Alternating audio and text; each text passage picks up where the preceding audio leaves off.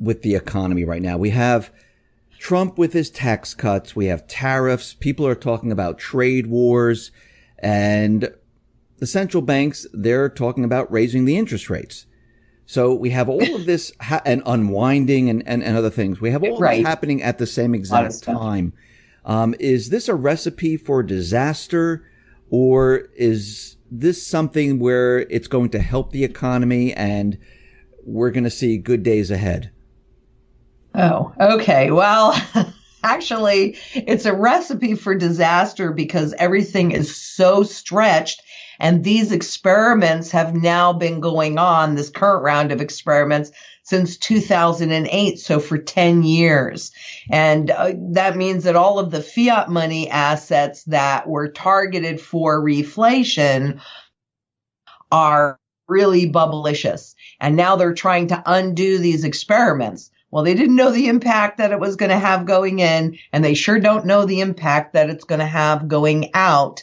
And I don't, you're counting on perfection, and central banks are human. They are not omnipotent. They may seem so at times. This is a Fed-led, well, not just a central bank-led rally, but it could also be a central bank-led crash. So, no, I don't think things are great. Now, we know the Fed is unwinding right now, and the ECB said they're going to start, tapering their stimulus. Wasn't this the juice that has been keeping the economy going? And if they pull back on all this, are they purposely getting ready to bring down the system? Or, what are they trying to accomplish here? Well, really, that's a really good point, because when I did my study on all the laws on the books pertaining to gold, and I worked from most current and went backwards, I saw a pattern where events were actually, they looked pretty planned to me. And the system, remember, what fuels this whole system is constantly compounding debt, and interest rates are the tool that they use to speed that up or slow that down. And since the world has been anchored at 0% interest, that means that they're out of the tools that they typically would use to do that, which is why they're trying to unwind and normalize something that really isn't really normal to begin with. So, my feeling on this is that they have stated since 2013, I have heard them repeatedly call for a reset. Well, they have to reset because they're out of those tools. They've used up. There's no purchasing power left in the dollar or any of the other currencies. That's been eroded over time through inflation, which is its most important function. And they're out of the tools to keep this game going. So they know they need a reset. What they're trying to do is a planned demolition. I don't know that can work. So you're saying the central banks, they're in trouble right now. They don't know. Huge. So they don't know. And when you say reset, you mean get rid of the debt, go into a new currency? Exactly. Or even to transition us into the new financial system that they have in mind, which goes into the cryptocurrencies and cyberspace. But the old system that started in 1971 was based on debt. The debt is not payable, and the interest on that debt is ever increasing. I did a study, I think it was maybe 2007, 8, 9, somewhere in there. And because I said, well, at that point, we were running about $1 trillion worth of deficit in total since 71, when this whole system came into place. But we were at that time servicing like 12 or 13 trillion in debt. And most of that deficit happened during the crisis. So I said to myself, well, if I don't mean only to be so flippant, but what if we're only running $1 trillion deficit and most of that has been since the crisis?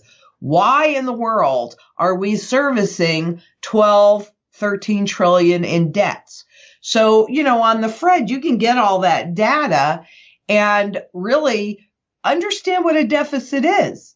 that means that they're using their credit card to buy stuff. And when you use that credit card to buy stuff, then the debt starts to accumulate. So 77% at that time was compounding interest. Well, if you put it on a personal level, I mean, if you have income of $100, but you're servicing debt of $13,000, but you've only spent $200 more than you had, that's all compounding interest. You never get out of debt. And since that's what creates money in the system, yeah, they have to reset the debt.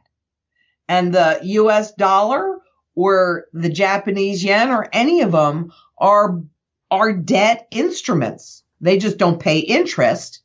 Well, they may in the future, but at this point, they don't pay interest, but they're debt instruments. So the whole entire system, based on a foundation of never-ending debt, has to reset. It doesn't work anymore. It's broken. It died in 2008. It's a zombie system. So you're talking about a crash of the system. Absolutely. 100%. Yes. Not one doubt in my mind. What do you think will signal the next crash?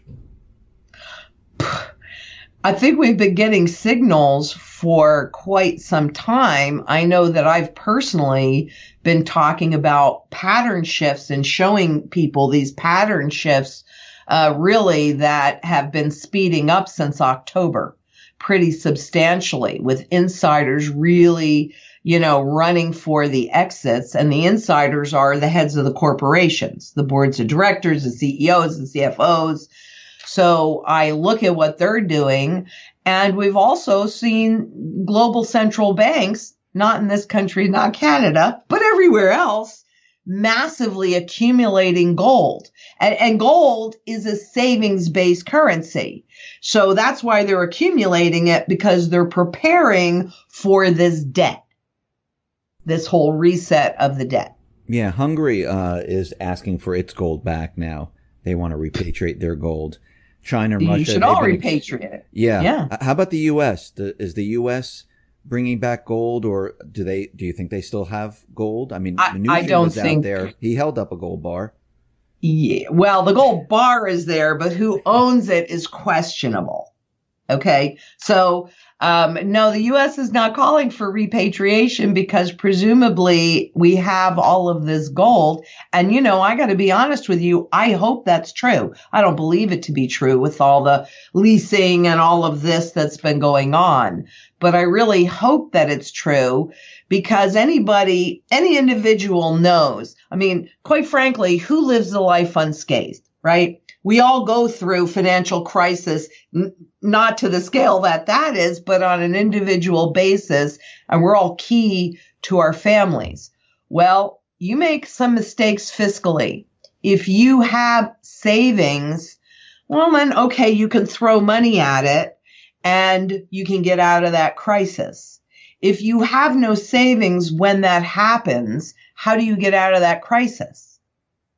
Well, for governments, they go to a new system. And so, I don't know if you've noticed, but technology has certainly been speeding up since 2008. And I think that what happened in 2008 with Lehman Brothers and the bursting of that derivative bubble, that teeny weeny itty bitty one, I don't think they expected it. And in fact, recently they've been doing a lot of interviews, and I don't remember who said this, but when he said it, it really resonated with me, because the central bank, what he said, and this was somebody that was involved in the bailouts and through the whole thing, but what he said was that it was not a failure of the system, it was a failure of technology. So this is why they never repaired anything. They never really made any really significant changes. They just, for governments, I guess their savings is the printing press. And they just put that on full bore to cover it up, but they didn't fix anything. And they know they didn't. So if their feeling was it wasn't a failure of the bets and the debts and the leverage and the credit system and that whole piece, well, why would they fix it? You know, if it's about technology, then let's just really focus on that and make that happen so that this next crisis, I don't know how they're going to cover it up. Their balance sheets are so ridiculously stretched. That's what they're trying to work off now. And it's minuscule. It's too little. It's too late. And it's not going to work. I just want to go back to the gold and how certain countries and central banks are accumulating a lot of gold. And if we're headed towards this reset and we come to find that there is no gold in Fort Knox, there is nothing there, maybe, one room full of gold, but that's not going to be enough. What happens then? I mean, well, first of all, let's talk about the enough part first, because it's not that there needs to be a lot more gold so that they can create a lot more money. What the gold always has done historically in the system is created fiscal responsibility. And so when they do the reset is about resetting the debt, but also the in this country, the dollar amount of that reset is really based on how much of that new debt-based money they've printed. So where I would say that if they did a global reset, which is what I think will happen, but if they did a global reset, we'd be north of $9,000 or $10,000 if it were based on the debt and the amount of gold. And assuming that they actually have this gold in this country, you're looking at more like somewhere north of 50,000 an ounce. And I really never talk about that because for most people, it's hard to comprehend. But I'll bet you if you told somebody in 1913 that this 1 ounce $20 coin was someday going to be $1,300, that would have been a challenge for them to believe as well. So it doesn't matter because the paper, those pieces of paper, they have no value. Gold has value because of its use. So it doesn't matter how much gold that if it's an individual country that they have during a reset, the price of the gold will go up to cover however much of the fiat money that they have created. On a global basis, that's where it really matters more who holds most of the gold. Because in this global reset, whoever holds the gold means that they've got savings. So they have something to work with when the rest of whoever else does not have that. And that's how the wealth is transferred. So I kind of got stuck on that one piece. What was the second part of your question? No, I'm sorry. Do you remember? No, yeah. It's just because that's the fallacy out there. Well, we can't be on the gold system. There's not enough. Well, gold creates fiscal responsibility. So maybe you're 100% back. Maybe now you're only 50%. And that's really what happened over time. First, we were 100% backed. And then we were 25% backed. And by 71, there was no backing. And so you can see how the lack of fiscal responsibility has led up to today. And that's who you're counting on to unwind their balance sheet so they can keep this game going. But I don't think they really intend to. I do think it's a planned event. So my other part of the question was, if we're going to go through this reset, and we don't have the gold here in this country, there's nothing there. How does it affect what's going to happen here then? Well, we know that the power has been shifting from the U.S. to China. China has been voraciously accumulating gold, and the IMF is the one that tasked them, so the International Monetary Fund. And the International Monetary Fund oversees everybody in the world, and they have what's called an SDR substitution fund. And so what really will happen in this country is we will experience what the hyperinflation that Venezuela is experiencing right now. And that's what's going to happen. Our standard of living is going to shift dramatically. And, I don't know. I could tell you globally on average, about 80% of the population ends up in abject poverty. In Venezuela, that number is 90%. And since we're talking about Venezuela, oh, by the way, they did a formal reset of their currency to gold. And I'll have Megan send you that too. But they did a formal reset of their currency to gold on February 9th. February 9th, Venezuela formally reset. And it went up on that day over, just that day when they did the reset. I could be off a little bit since that data is not right in front of me, but something like 2,444 times. Wow. And that just happened on February 9th. And I don't know if it's just coincidental to when the stock market started to break down and disintegrate visually, but I think it's quite interesting that, you want to see what it looks like? Look at Venezuela. They're just a little ahead of us. Yeah. So are the banks prepared for this reset? I mean, the Fed continually tells us that they had the stress tests. They're telling us that the banks are strong. Europe is saying everything is great. Are the banks ready to weather the storm when we go through this reset? Not at all. When they talk about the stress tests, which was really designed to build confidence, just like the FDIC is about confidence. It's not about real.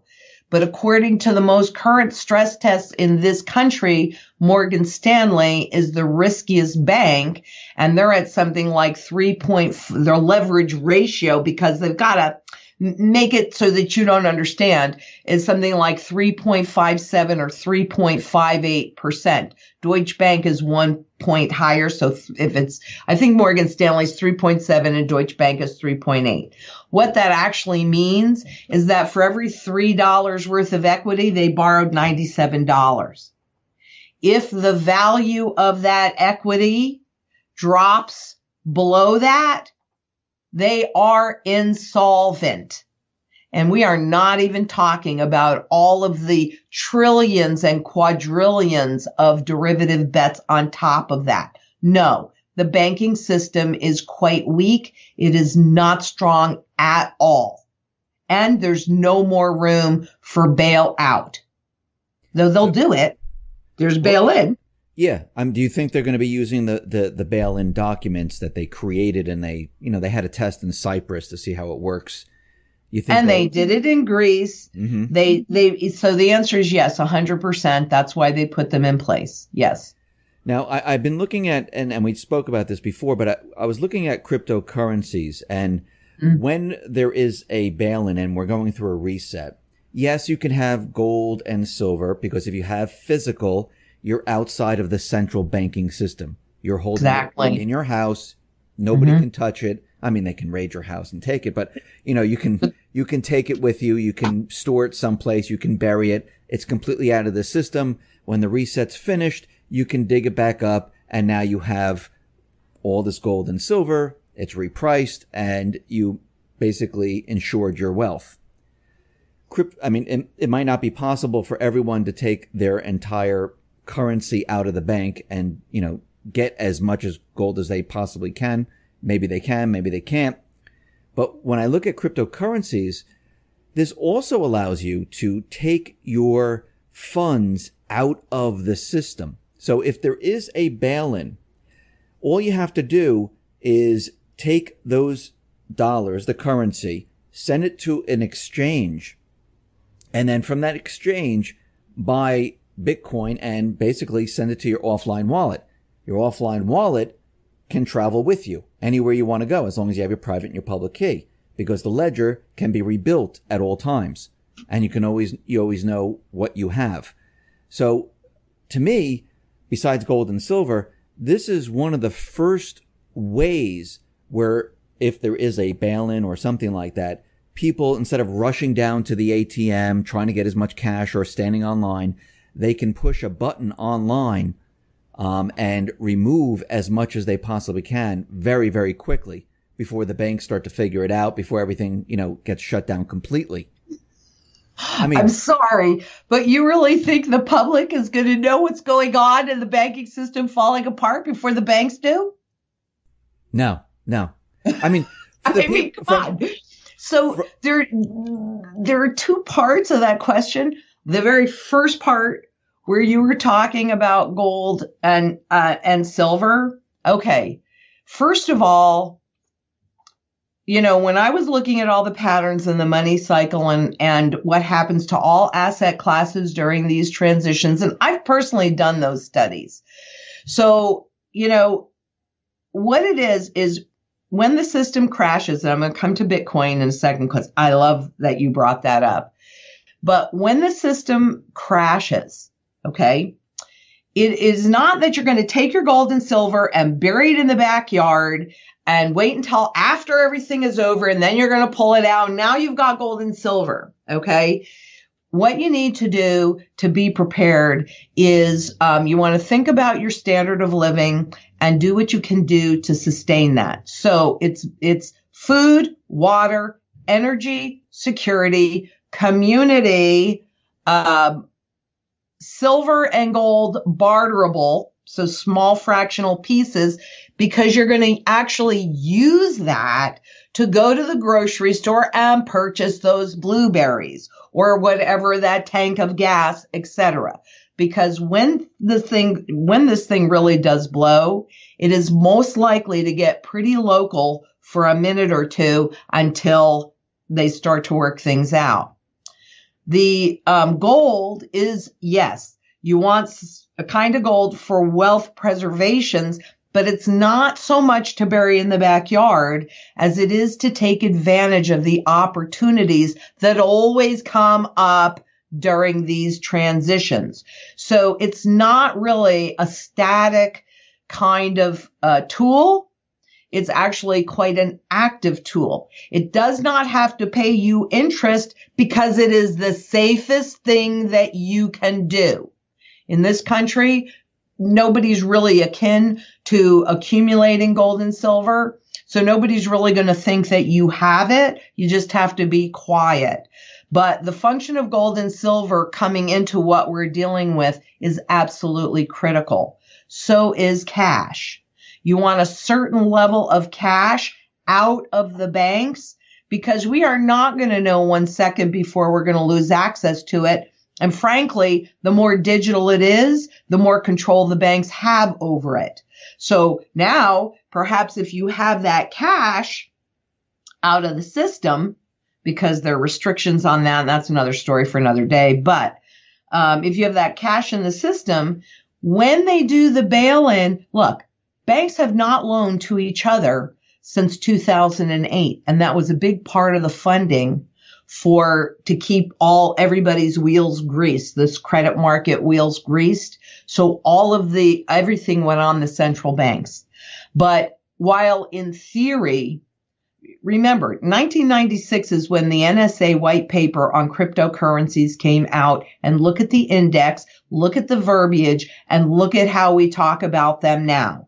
Outside of the system, they are private, they're invisible, you have them in a wallet. This is all NSA verbiage.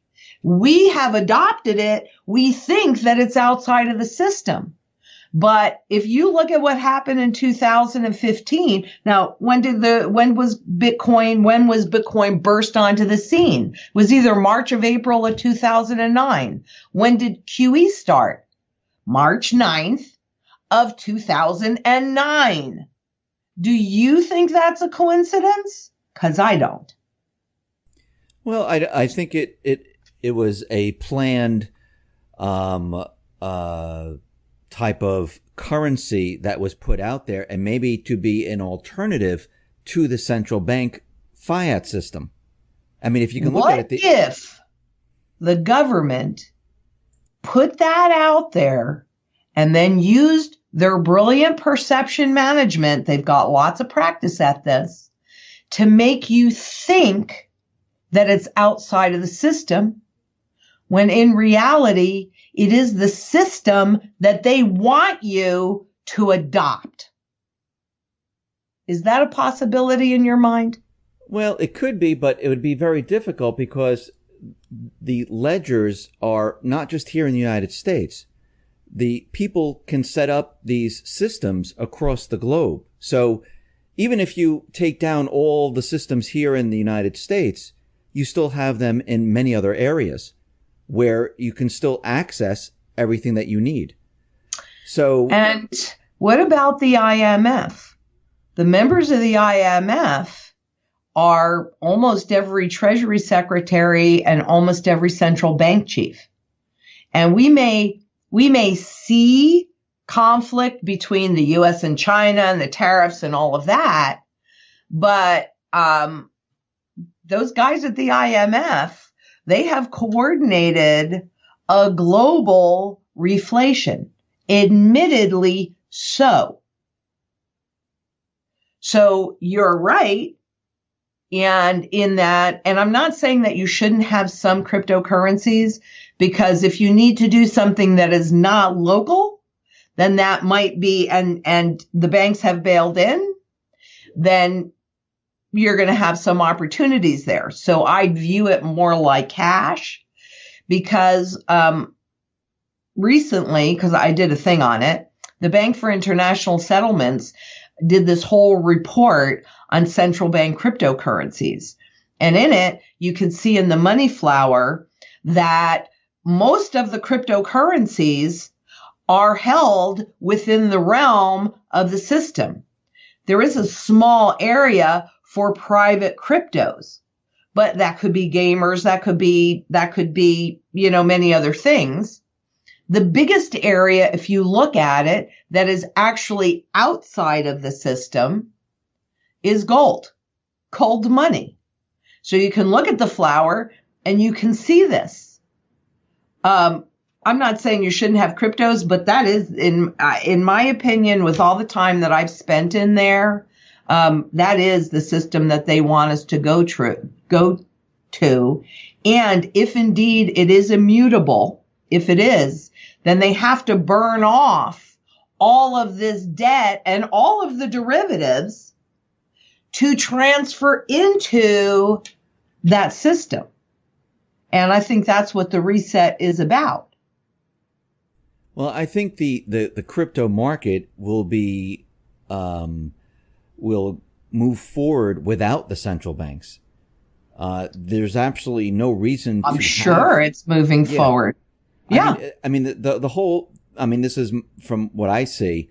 The whole point of the crypto market is to get around the central banks, to get around the banking system, to not use them whatsoever, actually to show that we don't need them to handle transactions, to purchase something, because think about it. I mean, if I want to buy, if let's say Amazon or something accepts Litecoin and they want to pay their employees in cryptocurrency, they don't go to a bank anymore. There's no reason. You deposit it right in my wallet, my private wallet, offline wallet. There's no reason even to go to a bank. If you wanted to get a loan, you don't need a bank anymore.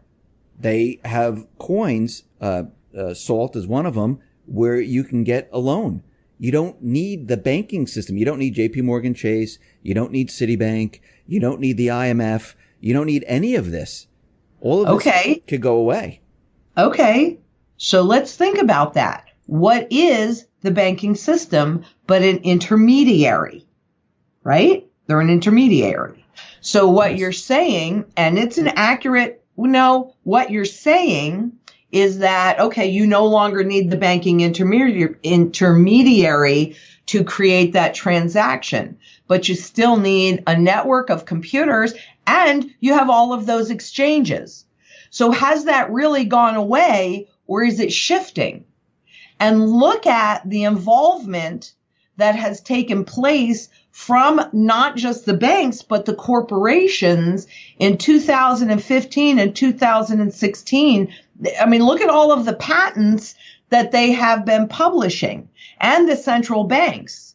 So right now, that system is Wild West because just like the internet was in the 70s, et cetera, because the central banks are allowing private markets to go through all of these developments.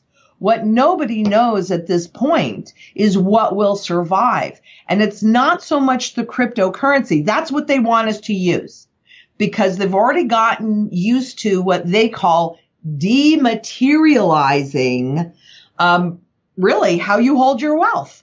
They've dematerialized it in the stock market. And they want to, and they've really they've been working on dematerializing money. I mean, in the 50s is when we had the first unbacked credit card that came out. Because the easier it is to spend money, the more money you spend.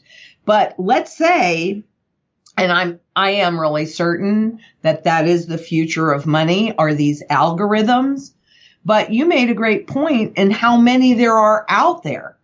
Well, why do they have any value? What is their functional use other than transactions? Right? They're a transactional currency. Now, I mean, have we not seen what's going on with all of the regulations and with the cryptocurrencies and Bitcoin's supposed to be a flight to safety and I don't even know where it is right now. It's below 10,000 or something like that. I'll be looking at it, but because I'm going to be talking about this again, but I don't think it's really outside of the system. I think the system has taken over CoinDesk. I mean, who are they owned by, right? Who are these exchanges owned by? What's happening at the exchanges? That's where the fault is. So it really isn't necessarily a direct peer-to-peer transaction, but that's the function of these currencies.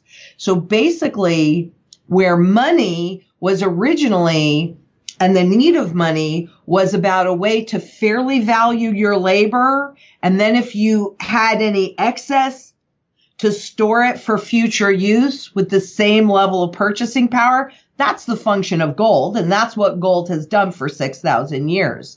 Dollars, its motion was to erode the value over time through inflation and transfer that wealth to the powers that be, and that's happened. The function of, I believe that the function of these cryptocurrencies now is to get you to work for a smart contract and a mathematical formula that is designed to get you to spend your wealth. They do not want us to save. They do not want us to save. We have become from and China's going through this right now. We used to be a manufacturing economy. We made stuff, and then we could sell that stuff to the world. And then through globalization, they transitioned us into a consumer-driven economy where 70% of our economy is about consumption. Consumption, right? Now they want to convert us. They want us to stay consumer-driven. Who's going to be picking up the manufacturing? I mean, this is really an interesting transition that we're in. We're in the fourth revolution.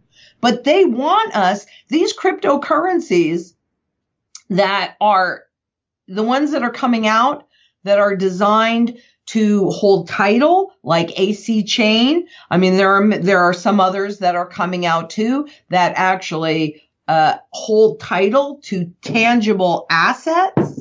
Okay. Well, now, gosh, you can spend your wealth all over the world because that's tied to a MasterCard or a Visa. Now you go to the mall and you want to shop, or you go online and you want to shop, and ooh, you really like those red boots. Well, don't worry about the equity in the house because it's broken down into itty bitty teeny pieces. It's easier to spend. And even when you think about how heavy gold and silver are to carry around in your pockets, Much easier to do it in paper form. So we had gold and silver certificates, which is really what enabled the fiat money thing. Then they got us used to being everything on digital. So now we're working for an algorithm with a smart contract that you didn't write and you didn't read, and you won't know the impact until maybe you don't buy your car tags fast enough. Cars disabled, not by a human, but by a contract. So I know how they're spinning it, and I know that that's what a lot of people have grabbed onto. It's outside of the system.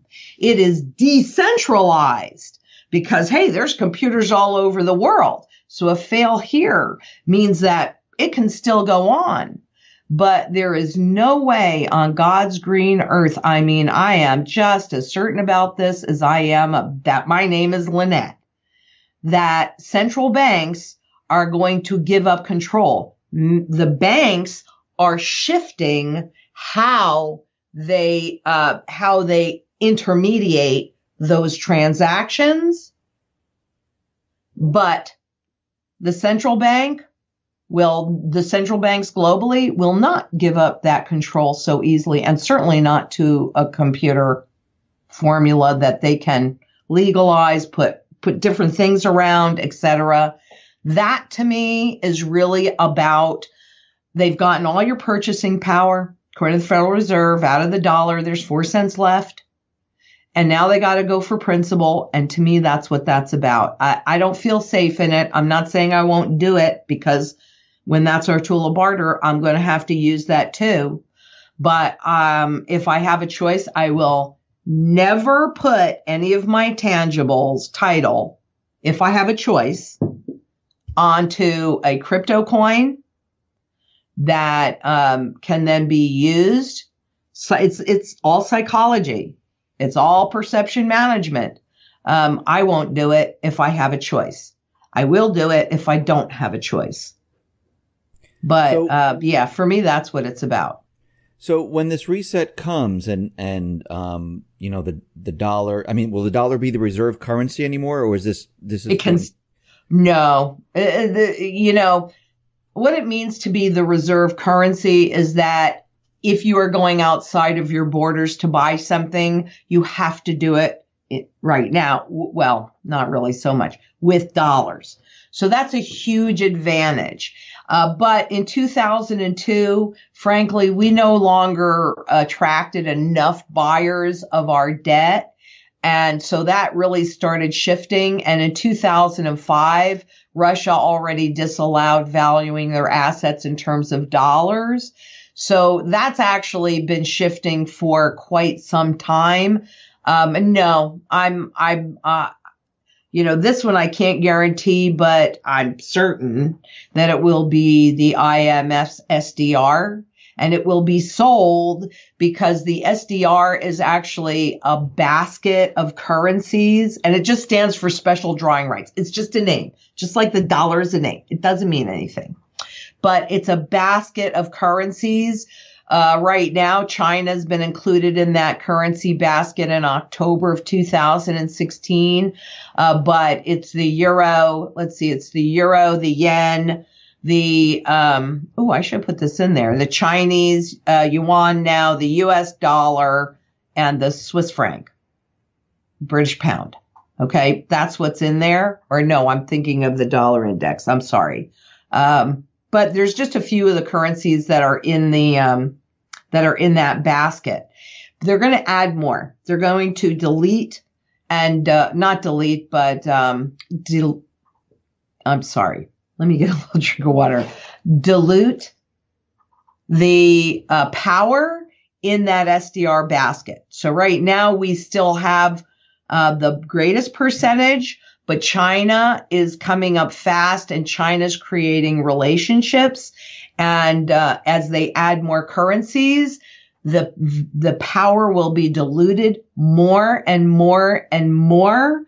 And the SDR, the argument will be, but the SDR you can use this globally because it's all different currencies. So if you just have the SDR and you want to buy something in China, well, you use the cryptocurrency SDR to do that with, and they'll get paid in the local currency there. We'll get paid in the local currency named the dollar here, etc. So we'll have local currencies that are good within our borders, and then the SDR, that would be the global reserve currency.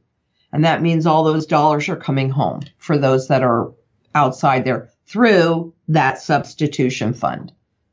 So when those dollars come home, what does that mean for the United States? Venezuela. So we're going to see inflation. Hyperinflation. Hyperinflation. And confidence will be lost in the dollar. So what should people, I'm not going to say specifically what do you tell each person, but you deal with gold and silver and precious metals and ITM trading. What would you tell someone to do in this case? Well, okay. This is what I would tell them. Number one, you want enough barterable so that, again, going back to there are a couple things we have to do. We have to sustain our standard of living. So if you have the ability to do so, have a kitchen garden, right? If you don't have the ability to do so, make sure that you have your food covered for a little while, because food and medicine becomes the two biggest issues for most individuals and causes a lot of depopulation. So you want to cover those two things as well as you can. But if you have physical silver, you'll be able to buy those when they won't take the dollars for them, or you'll need a wheelbarrow full of dollars to buy it, which is really what's happening in Venezuela. So food, water, energy security, the barterability, and the wealth preservation. What you really want to do, let's say you have a lot of money in the stock market and you just can't believe that this would happen here because people can't.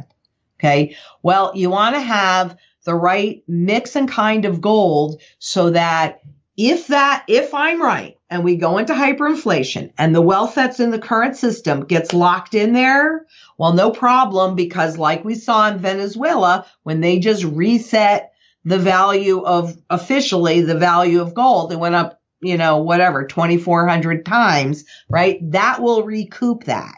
So that will protect any wealth that you choose to keep in the system. And you need a certain level of cash because it's going to be unbelievable for people when it first happens. So you need it out of the banks, because your access to what you have in the banks or the brokerage houses is going to shut down just like that. And I'm sorry, if anybody knows 1 second before it happens, that's luck. That is luck. There is no way that you and I are going to know that they're going to do a bail-in before they know they're going to do a bail-in. Okay. And when that happens, that's a button push because everything is already electronic. They don't have to come to your house. So you want a certain level of cash. If you want to have a certain level of cryptocurrency, kind of like the cash thing, then you probably need, a certain amount of that, enough to cover whatever you might need. But you definitely need all of the above to be well protected. And go ahead. Just to give people an idea of how well gold protects your wealth. I told you this before we went on air here, but in 1914, gold was about $20 an ounce. An average price of a home was about $3,500. So it took you 175 ounces to purchase a home. If you still had the 175 ounces today, the average price of a home is $225,000, maybe $250,000, but the price per ounce is $1,300. So you would have enough to purchase a home today, the same amount of gold that you had back in 1914. If you had that same $3,500 in cash, you're not buying a house with $3,500 in cash. You can see that it did not protect your wealth. Nothing happened to it. And gold did this just by sitting there, doing nothing. I mean, you could have buried it underground and just left it there and just, one day dug it up and said, oh, look what we have here. and all of a sudden it's repriced. And just like in Venezuela on, what was it, February 9th, where they just went ahead and they had a reset and they repriced. So we can now see the that market repriced it before that, the black market did, right? But the official price was, suppressed, and it works kind of like a spring. I mean, if you've got something that is going up in value and you keep it down, you push it down and down and down, when you take your hand off, what's going to happen? Just like these markets, when you keep blowing them up, and now they got a hole in it, 2008, they've got a hole in that inflated value, and they just keep pumping it, but the hole didn't go away. It's getting bigger. So if you want to hold your wealth, that's what you do. That's what I would tell you to do. And what we do here is develop those strategies on an individual basis. What are your circumstances? What are your goals? What are you going to choose to do? I mean, that's up to the individual. They all have to do what they're comfortable with. Personally, I do not own any stocks. I do not own any bonds, annuities, CDs, savings account. I do have a checking account because that's still our tool of barter. Annuities. I don't have any of that garbage. That's all fiat garbage. And they may make it look like it's going up, but the real trend is the value of the currency, which is down to 4 cents from 100 cents. That's the real one. That's that nominal confusion piece that just gets people to feel comfortable. It's the frog in the pot of water. But what we do here is develop those strategies on an individual basis, and we're all doing the same strategy. It's just a little different for each person's circumstance. Lynette, thank you very much for being on the X22 Report Spotlight. Once again, how can people see your work and get your information? Well, we have a very active YouTube channel where I put out research reports twice a week, and then we do a Q&A. And so that's on YouTube, ITM Trading. Megan is very great with social media too. So she's always on Twitter and Facebook, as well as our site, itmtrading.com. And of course, they can call us at 888-696-4653. And I think I think anybody would be very impressed with the level of talent and intelligence and how we pay attention here. Lynette, once again, thank you very much for being on the X22 Report Spotlight. I appreciate it. Oh, my pleasure. This was fun today. I love the debate. Yeah. We don't have to always agree, but That's everybody true. needs to hear all these different sides so that they can formulate an educated opinion. So this was, I like a little debate. It's fun. Absolutely. Thank you once again. Thank you. Thank you. Be safe. Bye-bye.